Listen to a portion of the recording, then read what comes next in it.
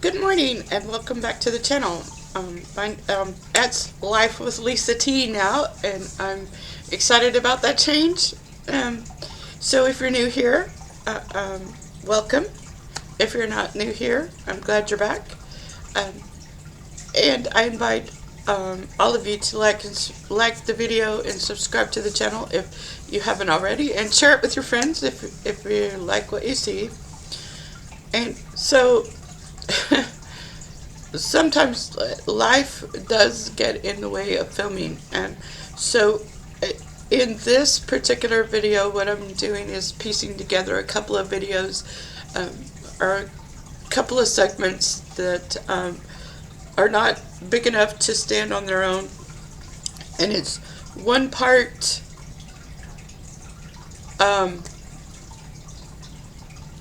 now I've lost my train of thought. It's one part seed starting, where I talk about the seeds I'm getting ready to start and show you a little bit about how I do that, just for transparency's sake. And then the second part is more about the garden space itself. So I hope you like the video, and without further ado, let's get started. Planning to do is do a lot of seed starting. I have a great big list of things that I need to get started. Our last frost date is around March 22nd, 28th, somewhere in there, and so now is a good time to start all these. I want them to get a good head start, so when it comes time to transplant, they'll be pretty stable and ready to go. So the list of things that I'm going to start today is cauliflower, Jolly Jester marigolds, African daisies, agastache, alyssum, basil, beefsteak tomatoes, blue balloon flowers, calendula, chamomile, cherry tomatoes, cilantro, echinacea, ground cherries, helichrysum, I'm not really sure how to say that one, some holy basil, some jalapenos, lavender. I've already actually started the lavender. I don't know why I didn't take that off.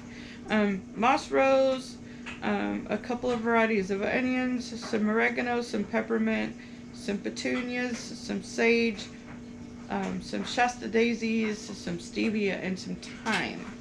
Now, for some of the herbs, I have some plant stands that I'm going to use for those. I actually have 4 of them, and I'm a little disorganized now, or I would actually show those to you. But I can't exactly reach them right now. So anyway, and then for the cauliflower and stuff, I have larger pots that I am going to start them in. So when it comes time to transplant them out, because the cauliflower gets pretty big. It's a pretty big plant, so I want it to have a lot of space, and I don't want to have to up pot that one. So anyway, I'm going to change the camera angle and get things organized and show you my seed starting. So in this tray, I already have 2 rows of bell peppers and some banana peppers and celery. These I'll probably have to up pot before the end of the season, but I did already prepare this tray. I prepared all the soil last night. So the first thing I'm going to plant over here is going to be the beefsteak tomatoes. I got these particular beefsteaks from Baker Creek Seeds.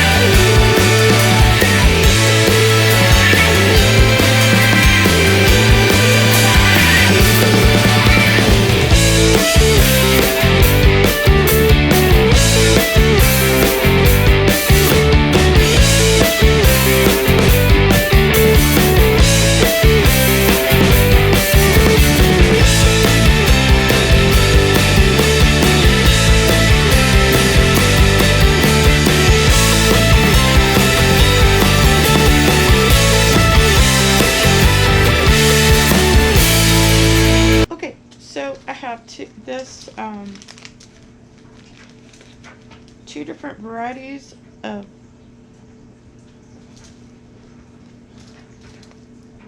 cauliflower. One's by Fairy Morris and one early Snowball, and I guess they're both Snowball. So it's the same variety, 2 different seed companies. So with this one, you need a seed depth of a 1/2 inch, and that's that mark right there on my stick. So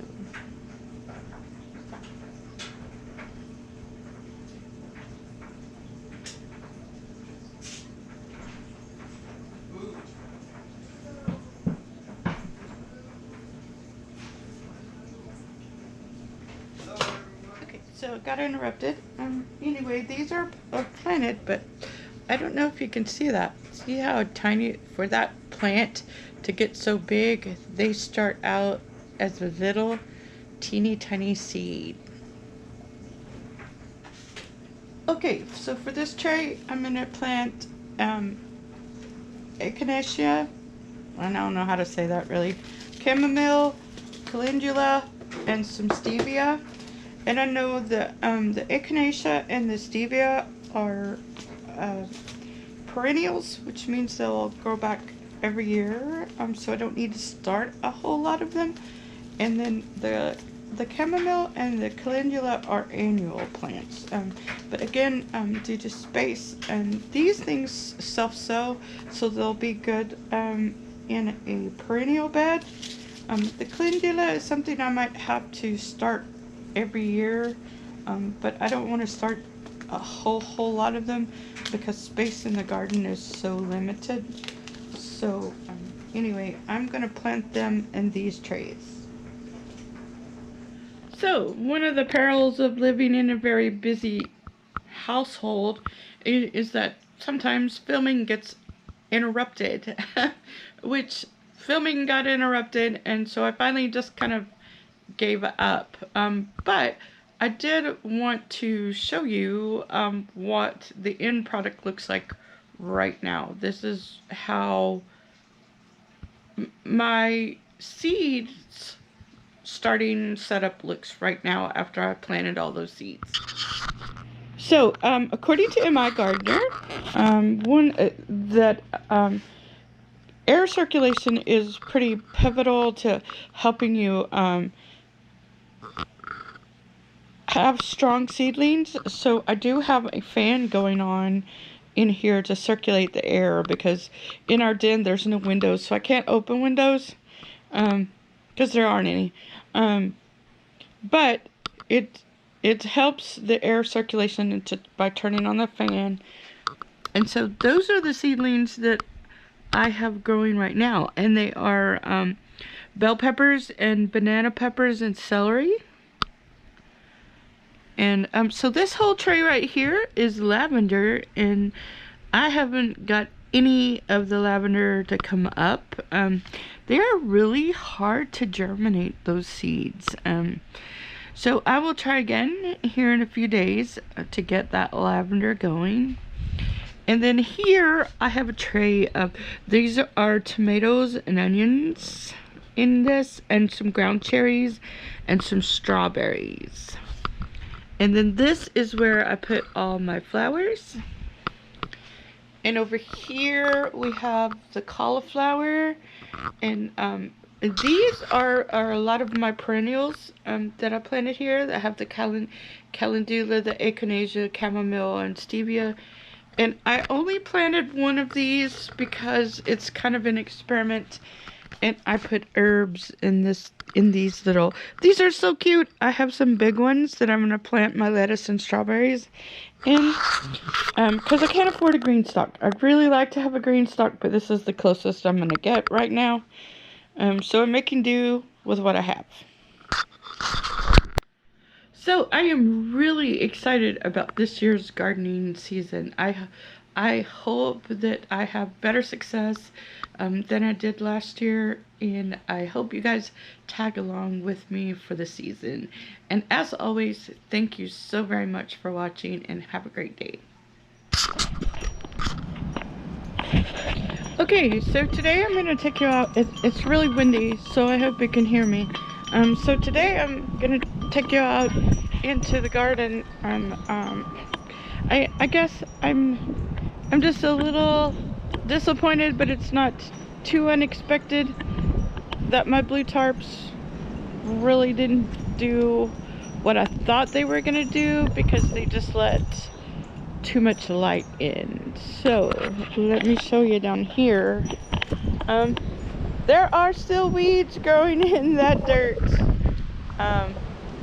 So it wasn't really that unexpected. I was hopeful that I could use what I had on hand, but not gonna happen. So anyway, I'm gonna start digging up the beds that are gonna go right here. I'm gonna take this blue tarp up and hopefully get started digging. Okay, so it's getting close to sunset. My favorite YouTuber, Jessica Sowards, calls this the golden hour, and it is getting cooler. It's been a very mild day. It's got about 70, so we're actually closer to 75 than 70. So I wanted to show you my progress on the garden. I did get my little hoop reestablished. There are my arch, and I dug out this bed right here. I dug out this. Part of it was covered with cardboard, and that helped, so I don't have to dig out as much grass as I did before. And we got this bed up here started as well. And so, well, I say we, but it was just me. My grandson come and poured the buckets of dirt in here for me. So, and we got my little clover leaves placed where they go in my, unfortunately one of my grow bags ripped. So I'll have to replace those. Replace that one at the end of the season. I think it'll last through the season. And I've got my clover leaves. I've decided I'm gonna do one of these clover leaves with lettuce, and the other one with my strawberries. And I think in these two red buckets, I'm gonna do some perennials in there. I think maybe. Haven't completely decided 100% on my placement, but as you can see, the tarps really were just, they let too much light in, and it didn't kill that. But I think that right there is a turnip, and they survived that week-long cold snap, so I'm so excited about that.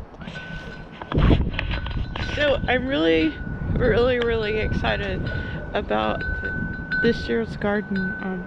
It has so much potential. It's going to be so much bigger than the garden was last year, and I'm just really excited. So I hope that you will join me for my journey in this year's garden, and thank you so very much for watching.